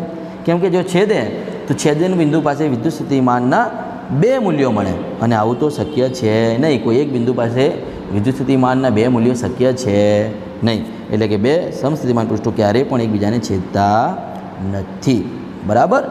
આગળનો અને લાસ્ટ મુદ્દો આપણે એમ કહી શકીએ તેની લાક્ષણિકતામાં કે સમસ્થિતિમાન પૃષ્ઠો વચ્ચેના અંતર પરથી વિદ્યુત ક્ષેત્રની તીવ્રતા આપણે નક્કી કરી શકીએ. જેમ આગળ ગોળાકાર ભાગો દોર્યા હતા ને, આવી રીતના આ સમસ્થિતિમાન પૃષ્ઠો આવી રીતના દોર્યા હતા ને આપણે, તો આવી રીતના જો વિદ્યુત ભાર હોય અને અહીંયા સમસ્થિતિમાન પૃષ્ઠોમાં સંકોચન તમે જોયું હતું, એટલે કે અહીંયા નજીક છે, અહીંયા દૂર છે, તો આ નજીકતા શું દર્શાવે છે? એટલે કે સમસ્થિતિમાન પૃષ્ઠો અહીંયા નજીક છે તે શું દર્શાવે છે? વિદ્યુત ક્ષેત્રની તીવ્રતા દર્શાવે છે. એટલે આપણે લખી શકીએ સમસ્થિતિમાન પૃષ્ઠો વચ્ચેનો અંતર શું બતાવે છે? વિદ્યુત ક્ષેત્રની તીવ્રતાનો ખ્યાલ આપે છે.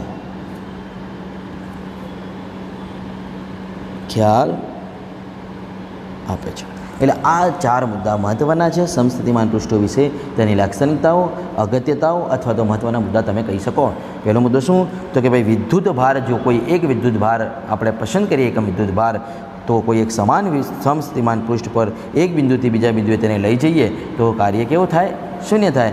જે આગળની થિયરીમાં આપણે આવી રીતના W બરાબર VB માઇનસ VA બરાબર 0 સાબિત કર્યું હતું, બરાબર. આ બે બિંદુ હતા B અને A, તો કોઈ એક બિંદુથી બીજા બિંદુએ લઈ ગયા કોઈ એકમ વિદ્યુત ભારને તો કાર્ય શૂન્ય થાય. કેમ કે વિદ્યુત સ્થિતિમાન કેવા હોય? એક સમસ્થિતિમાન પૃષ્ઠ પરના સમાન હોય, બીજો મુદ્દો, વિદ્યુત ક્ષેત્ર રેખાઓ હંમેશા સમસ્થિતિમાન પૃષ્ઠની કેવી હોય છે? લંબ, જે તમે અહીંયા પણ જોઈ શકો છો. ત્રીજો મુદ્દો, બે સમસ્થિતિમાન પૃષ્ઠો ક્યારે છેદતા નથી. કેમ? જો છેદે તો છેદન બિંદુ પાસે શું થાય? વિદ્યુત સ્થિતિમાનના બે મૂલ્યો મળે, અને આવું શક્ય નથી, જે તમે એડ કરી શકો. નેક્સ્ટ છેલ્લો, સમસ્થિતિમાન પૃષ્ઠો વચ્ચેના અંતર વિદ્યુત ક્ષેત્રની તીવ્રતાનો શું આપે છે? ખ્યાલ આપે છે. એટલે કે જ્યારે આકર્ષણ અને અપાકર્ષણ થાય છે ત્યારે ક્યાં વિદ્યુત ક્ષેત્ર પ્રબળ છે, નિર્બળ છે, આપણે સમજી શકીએ છીએ. તો આ હતા સમસ્થિતિમાન પૃષ્ઠના મહત્ત્વના મુદ્દા, જેને લાક્ષણિકતાઓ કહી શકીએ. તો મિત્રો, નેક્સ્ટ આપણો જે ક્વેશ્ચન છે એ છે વિદ્યુત ક્ષેત્ર અને વિદ્યુત સ્થિતિમાન વચ્ચેનો સંબંધ. વિદ્યુત ક્ષેત્ર અને વિદ્યુત સ્થિતિમાનનો વચ્ચેનો સંબંધ, જેના ઉપરથી આપણે ઘણા MCQ દાખલા ગણી શકીએ. તો આ સંબંધ મેળવવા માટે આપણે એક આકૃતિ ધ્યાનમાં લઈશું કે જેમાં બે સમસ્થિતિમાન પૃષ્ઠો એકબીજાથી ખૂબ જ નજીક રહેલા હોય તેવા બે સમસ્થિતિમાન પૃષ્ઠો આપણે A અને B ધ્યાનમાં લઈશું. તો આકૃતિને ન્યાય આપીએ તો માની લઈએ કે કોઈ આ એક વિદ્યુત સ્થિતિમાન સમસ્થિતિમાન પૃષ્ઠ છે. સમસ્થિતિમાન પૃષ્ઠ આપણે અહીંયા ગમે તે આકારનો દોરી શકીએ, બરાબર. અહીંયા આપણે એક સમતલ આકારનો દોર્યો છે.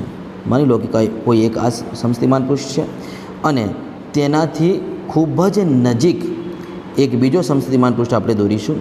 એટલે એકના ઉપર એક, આવી રીતના એકના ઉપર એક, બરાબર, સમસ્થિતિમાન પૃષ્ઠ બીજો આપણે દોરીશું. તો માની લઈએ કે કોઈ એક બીજો સમસ્થિતિમાન પૃષ્ઠ આવી રીતના તેની નીચે આપણે દોરી શકીએ. સમસ્થિતિમાન પૃષ્ઠ એકબીજાને ખૂબ જ નજીક છે, આ શબ્દ આપણે અહીંયા વાપરીશું, બરાબર.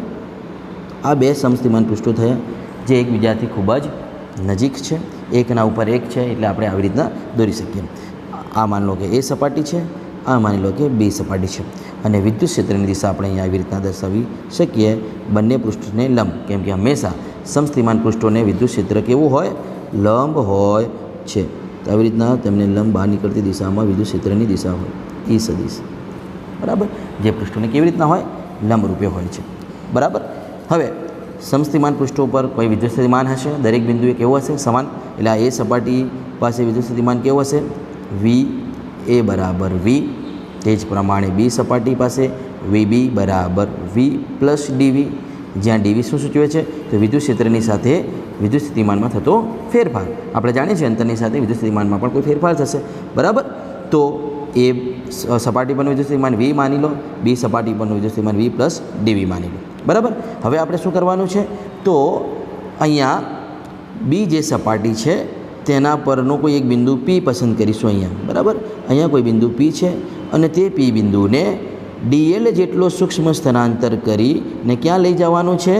સપાટી A પર. આ DL જેટલો સૂક્ષ્મ સ્થળાંતર કરાવ્યા બાદ આપણે તેને લઈ જવાનું છે સપાટી A પર. તમે સમજો, આકૃતિ આપણે દ્વિપરિમાણમાં દોરેલી છે, એટલે થોડી વ્યવસ્થિત રીતે તમારે સમજવું પડશે કે P બિંદુ કઈ સપાટી પર છે? B સપાટી પર છે. તેને DL જેટલો સ્થળાંતર કરાવીને ક્યાં લઈ જવાનું છે? A સપાટી પર. અને પાછો કઈ દિશામાં? તો કે ભાઈ વિદ્યુત ક્ષેત્રની વિરુદ્ધ દિશા છે, આ જોઈ શકો છો. તો થતું કાર્ય આપણે એ કાર્યના સૂત્ર પરથી શું મેળવી શકીશું? વિદ્યુત ક્ષેત્ર અને વિદ્યુત સ્થિતિમાનનો સંબંધ. એટલે પહેલાં ફરીથી આકૃતિ અને તેનું વર્ણન કરી દઉં. શું કહે છે આકૃતિ? તો કે ભાઈ આકૃતિમાં આપણે એકબીજાથી ખૂબ જ નજીક બે સમસ્થિતિમાન પૃષ્ઠો એટલે કે બે સપાટીઓ A અને B વિચારી છે, બરાબર. આ બંનેના વિદ્યુત સ્થિતિમાન એકના V કયો અને બીજાને V પ્લસ DV. બંનેને સરખા ન કહી શકાય, કેમ કે બે સમસ્થિતિમાન પૃષ્ઠોના વિદ્યુત સ્થિતિમાન જુદા જુદા હોય. કોઈ એક પર સમાન હોય તો આનો V જેટલો સમાન, આનો V પ્લસ DV જેટલો સમાન હોય. જ્યાં DV શું દર્શાવે છે? વિદ્યુત ક્ષેત્ર Eની દિશામાં વિદ્યુત સ્થિતિમાનનો ફેરફાર. જેટલો આપણે આગળ વધતા જઈએ તેમ તેમ વિદ્યુત સ્થિતિમાનમાં ઘટાડો થાય, બરાબર. હવે આપણે શું કર્યું? તો કોઈ એકમ ધન વિદ્યુત ભાર વિચાર્યો P બિંદુ પાસે સપાટી B પર, અને તેને DL જેટલું સૂક્ષ્મ સ્થળાંતર કરાવીને ક્યાં લાવી રહ્યા છીએ? તો સપાટી A પર. તો થતું કાર્ય આપણે કેવી રીતના લખી શકીએ? W બરાબર, અહીંયા આપણે મૂલ્યની વાત કરી છે એટલે માનાકમાં E ડોટ DL બરાબર VA માઇનસ VB. કેમ કે સપાટી એનું વિદ્યુત સ્થિતિમાન વધુ હશે, તમે સમજો છો, કેમ કે વિદ્યુત ક્ષેત્રની દિશા ઉધ્વ દિશામાં છે. જેમ જેમ દૂર જતા જઈએ તેમ તેમ સ્થિતિમાન અંતર સાથે શું થાય? ઘટતું જાય. એટલે કે W બરાબર E સદી ડોટ DL બરાબર VA માઇનસ VB અહીંયા આપણે આવી રીતના લખી શકીએ. માટે મોડ ઓફ E સદીશ બરાબર VA માઇનસ VBની કિંમત મૂકીએ તો કે VAની કિંમત છે V માઇનસ VBની કિંમત છે V પ્લસ DV ભાગ્યા DL ક્યાં લઈ આવવાનું? છેદમાં. બરાબર. માટે માનાંકમાં ઈ સદીશ is equal to V minus V અને અંદરનો પણ પ્લસ શું થઈ જાય માઇનસ ભાગ્યા ડીએલ. પ્લસ વી અને માઇનસ વી શું થઈ જશે કેન્સલ. એટલે શું હશે માનાંકમાં ઈ સદીશ બરાબર માઇનસ ડીવી ભાગ્યા ડીએલ. આ જે સૂત્ર મળ્યું તમને એ શું દર્શાવે છે તો વિદ્યુત ક્ષેત્ર અને વિદ્યુત સ્થિતિમાન વચ્ચેનો સંબંધ, અથવા આપણે એને આ રીતના પણ લખી શકીએ ઈ બરાબર વી બાય એલ. બરાબર. તો આ બંને સૂત્રો વિદ્યુત સ્થિતિમાન અને વિદ્યુત ક્ષેત્ર વચ્ચેનો સંબંધ દર્શાવે છે. જ્યાં આ જે ડીવી બાય ડીએલ જે છે એ શું છે, જ્યાં ડીવી બાય ડીએલ જે મળ્યું છે તે એકમ અંતર દીઠ વિદ્યુત સ્થિતિમાનમાં થતો તફાવત અથવા તો ફેરફાર, જેને વિદ્યુત સ્થિતિમાન પ્રચલન, આ શબ્દ સમજો, જેને વિદ્યુત સ્થિતિમાન પ્રચલન કહે છે. બરાબર. એકમ અંતર દીઠ ડીવી એટલે કે વિદ્યુત સ્થિતિમાનનો તફાવત એટલે કે વિદ્યુત સ્થિતિમાન પ્રચલન, જેનું મૂલ્ય કોના જેટલું હોય વિદ્યુત ક્ષેત્રના મૂલ્ય જેટલું હોય. એટલે તેનો એકમ પણ વિદ્યુત ક્ષેત્રના એકમ જેવો જ ન્યૂટન પર કુલમ અથવા વોલ્ટ પર મીટર, અને પારિમાણિક સૂત્ર પણ વિદ્યુત ક્ષેત્રના પારિમાણિક જેવો જ M1 L1 T-3 A-1. તમને આ પારિમાણિક સૂત્ર બનાવતા આવડતો જ હશે. બરાબર. એટલે અહીંયા આપણે શું સાબિત કર્યું ઈ અને વી વચ્ચેનો સંબંધ ઈ બરાબર વી બાય એલ, અને આ સંબંધ આપણે વી બરાબર EL સ્વરૂપે પણ વાપરી શકીએ. એલની જગ્યાએ પર ડી હોય તો વી બરાબર ED પણ કહી શકીએ. બરાબર. એટલે આવી રીતના આપણે લખી શકીશું આ સંબંધને. દાખલાઓ MCQમાં કામ લાગવાનો છે. એટલે અહીંયા જે આપણને સૂત્ર મળ્યું છે સમીકરણ 1 તે વિદ્યુત સ્થિતિમાન પ્રચલન સ્વરૂપે પણ આપણે મેળવી શકીએ છીએ, કેમ કે ડીવી બાય ડીએલ એ વિદ્યુત સ્થિતિમાન પ્રચલન દર્શાવે છે. એટલે કે એકમ અંતર દીઠ વિદ્યુત સ્થિતિમાનનો તફાવત, ડીવી એટલે તફાવત. આના ઉપરથી તેના કેટલાક નોંધપાત્ર મુદ્દાઓ છે. નોંધપાત્ર બાબતો કઈ કઈ છે, નોંધપાત્ર મુદ્દાઓ અથવા તો બાબતો. તો વિદ્યુત ક્ષેત્ર અને વિદ્યુત સ્થિતિમાન પ્રચલન સાથેનો જે સંબંધ આપણને મળ્યો છે, આ સંબંધ મળ્યો છે તેના ઉપરથી આપણે પહેલું તો એમ કહી શકીએ કે જે દિશામાં અંતર સાથે, જે દિશામાં, જો અહીંયા વિદ્યુત ક્ષેત્રની દિશા આવી રીતના છે. બરાબર. હવે આ વિદ્યુત ક્ષેત્રની દિશા કેવી રીતે નક્કી થશે તો જે દિશામાં અંતર સાથે વિદ્યુત સ્થિતિમાનમાં ઘટાડો સૌથી ઝડપી થાય, કેમ કે આ ઋણ ચિહ્ન શું સૂચવે છે ઘટાડો, તો વિદ્યુત સ્થિતિમાનમાં અંતર સાથે શું થયો ઘટાડો, જે દિશામાં ઝડપી થાય તેને વિદ્યુત ક્ષેત્રની દિશા કહેવાય. આ પહેલી નોંધપાત્ર બાબત. એટલે કે નંબર 1માં હું લખીશ કે જે દિશામાં, ખાસ સમજો આને, જે દિશામાં અંતર સાથે, જે દિશામાં અંતર સાથે વિદ્યુત સ્થિતિમાનનો ઘટાડો એટલે કે વીમાં ઘટાડો, વીમાં ઘટાડો ઝડપી થતો હોય તે દિશા કોની દિશા કહેવાય ઈ, એટલે કે વિદ્યુત ક્ષેત્રની બની જાય. એટલે અહીંયા વિદ્યુત ક્ષેત્રની દિશા દર્શાવવા માટે વિદ્યુત સ્થિતિમાન પ્રચલનના જે સમીકરણને આપણે મેળવ્યું છે સમીકરણ 1, તેના ઉપરથી કહી શકીએ કે વિદ્યુત ક્ષેત્રની દિશા એ વિદ્યુત સ્થિતિમાનના અંદર થતા ઝડપી ઘટાડાની દિશા. કઈ દિશામાં ઝડપી ઘટાડો થાય તો તમે સમજો છો, જેમ જેમ અંતર વધતો જાય આમ વિદ્યુત સ્થિતિમાન ઘટતો જાય, એ જ વિદ્યુત ક્ષેત્રની દિશા હોય. આ એનો નોંધપાત્ર બાબત, જે સિમ્પલ વાત છે, તમે તેને વ્યવસ્થિત રીતે સમજી શકો છો. બીજું શું કહી શકીએ તો એ જ સમીકરણ પરથી કે ભાઈ આ મોડ ઓફ ઈ એટલે કે વિદ્યુત ક્ષેત્રનું મૂલ્ય એ આપણે કોના ઉપરથી આપી શકીએ તો એકમ અંતર દીઠ વિદ્યુત સ્થિતિમાનમાં થતા ફેરફારના મૂલ્ય જેટલું હોય. વિદ્યુત ક્ષેત્રનું મૂલ્ય એટલે કે મોડ ઓફ ઈ એકમ અંતર દીઠ વિદ્યુત સ્થિતિમાનના ફેરફારના મૂલ્ય જેટલું હોય છે. બરાબર. એટલે આપણે અહીં કહી શકીએ વિદ્યુત ક્ષેત્રનું મૂલ્ય, બીજી મહત્ત્વની બાબત, વિદ્યુત ક્ષેત્રનું મૂલ્ય એકમ અંતર દીઠ વિદ્યુત સ્થિતિમાનના ફેરફારના મૂલ્ય જેટલું હોય. કોનું મૂલ્ય તો કે ભાઈ વિદ્યુત ક્ષેત્રનું મૂલ્ય એકમ અંતર એટલે કે આ ડીએલ એટલે એકમ અંતર છે દીઠ શું છે અહીંયા ડીવી એટલે કે વિદ્યુત સ્થિતિમાનનો ફેરફાર, નો જે મૂલ્ય મળે, અહીંયા તમે માનાંક પણ કરી શકો, તેના જેટલું હોય છે, બરાબર. એટલે અથવા કરીને તમે અહીંયા એમ પણ લખી શકો મોડ ઓફ ઈ સદીશ is equal to mod of DV by DL, બરાબર. એટલે તમને શું મળી જાય? ઈ બરાબર ડીવી બાય ડીએલ. માનાંકમાં આ ઋણ ચિહ્ન છે એટલે શું થઈ જશે? પ્લસ થઈ જશે. માનાંક કરશું શું થઈ જશે? પ્લસ થઈ જશે, બરાબર. એટલે કે આવી રીતના આપણે કહી શકીએ કે એકમ અંતરદિત વિદ્યુત સ્થિતિમાનના અંદર થતો ફેરફાર એ વિદ્યુત ક્ષેત્રનું શું આપે છે? મૂલ્ય આપે છે. એટલે આ થિયરીમાં મહત્ત્વની બાબત આ જે સંબંધ મળે છે તે છે ઈ બરાબર વી બાય એલ, વિદ્યુત સ્થિતિમાન અને વિદ્યુત ક્ષેત્ર વચ્ચેનો સંબંધ, બરાબર. એટલે કે આ થિયરી પણ તમે ખાસ યાદ રાખજો, 2 માર્ક્સમાં પૂછાઈ શકે એવી થિયરી છે. હવે આપણે નેક્સ્ટ આગળના લેક્ચરમાં મળીશું.